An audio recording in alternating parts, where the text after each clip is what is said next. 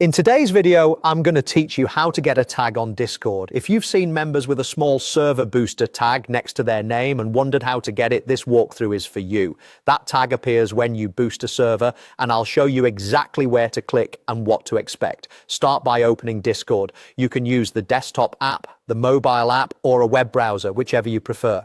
Make sure you're signed in so your changes apply to the right account.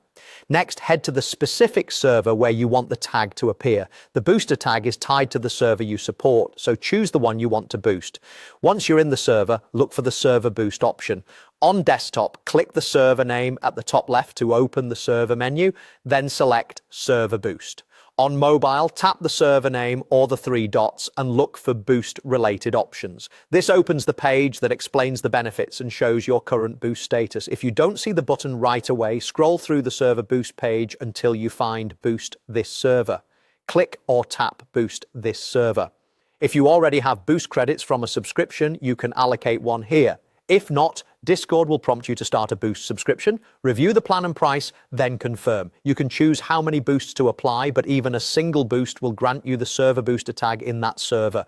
When you're ready, subscribe and complete the confirmation. After you boost, the tag should appear by your name in that server, usually within moments. If it doesn't show immediately, give it a minute, switch channels, or restart the app.